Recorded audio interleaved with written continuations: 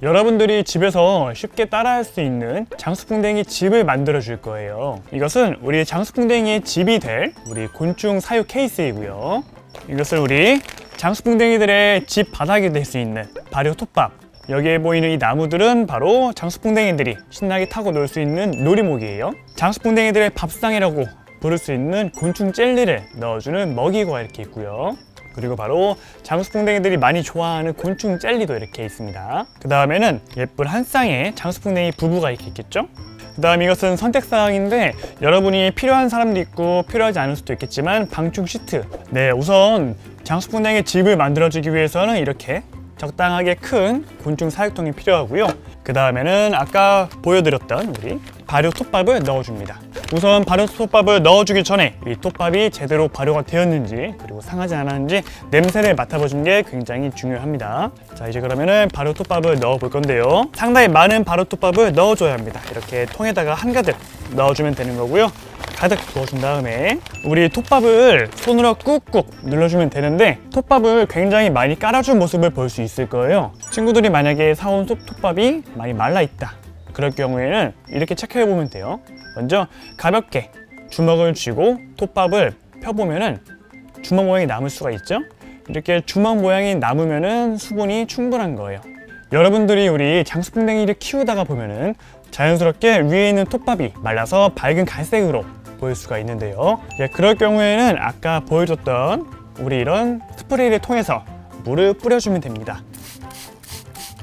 대신에 친구들이 하나 유의할 점이 있어요. 위에 톱밥이 말랐다고 해서 절대로 물을 많이 붓는 이 행동은 절대 안 됩니다. 그 다음 필요한 것은 바로 가구, 놀이목이겠죠. 이 놀이목을 이렇게 깔아주는데 지금 여기에 보이는 놀이목은 짧고 굵습니다. 하지만 여러분들이 키우는 사육장마다 크기가 다르기 때문에 그때 그 크기에 맞춰서 적당한 사이즈의 놀이목을 넣어주시는 게 좋아요. 자, 우선 장수풍뎅이 수컷을 넣어보도록 할게요.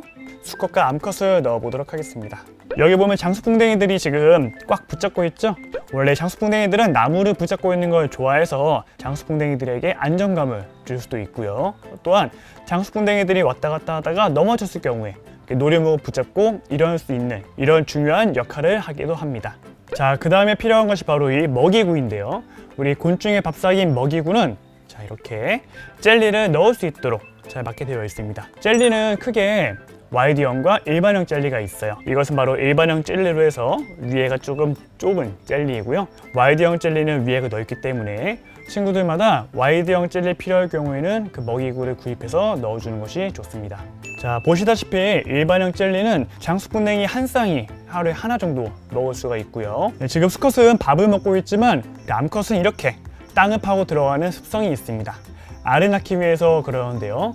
수컷은 낮에도 많이 보이지만 암컷은 주로 낮에는 들어가 있고 밤에 밥을 먹을 때 나오기 때문에 낮에는 많이 볼 수가 없을 거예요. 하지만 친구들이 원한다면 이렇게 들어가는 암컷 장수풍뎅이를 꺼내서 볼 수도 있고, 만약에 정말 보고 싶을 경우에는 사육통에 있는 톱밥을 파내서 암컷을 찾으면 얼굴을 볼 수가 있을 겁니다. 하지만 암컷은 알을 낳기 위해 들어가 있는 거기 때문에 너무 자주 꺼내거나 스트레스를 주면은 암컷이 알을 낳지 않을 수도 있으니까 그 점 유의해 주세요. 자, 여기까지 해서 간단하게 우리 친구들이 따라할 수 있는 장수풍뎅이 사육 세팅이 다 완성되었습니다. 방충 시트는 선택사항으로 해서 친구들이 장수풍뎅이 사육장을 좀 더 깨끗하고 안전하게 키울 때 필요한 거예요. 우리 방충 시트 같은 경우에 이렇게 봉투를 뜯어서 펼쳐보면은 굉장히 크게 되어 있는데요. 친구들이 키우는 사육장 크기에 맞게 방충 시트를 자른 다음에 다른 곳에 빈 구멍이나 그런 게 없도록 하고 뚜껑을 덮어주면 됩니다. 지금까지 장수풍뎅이의 집을 만들어주는 방법을 알아보았습니다.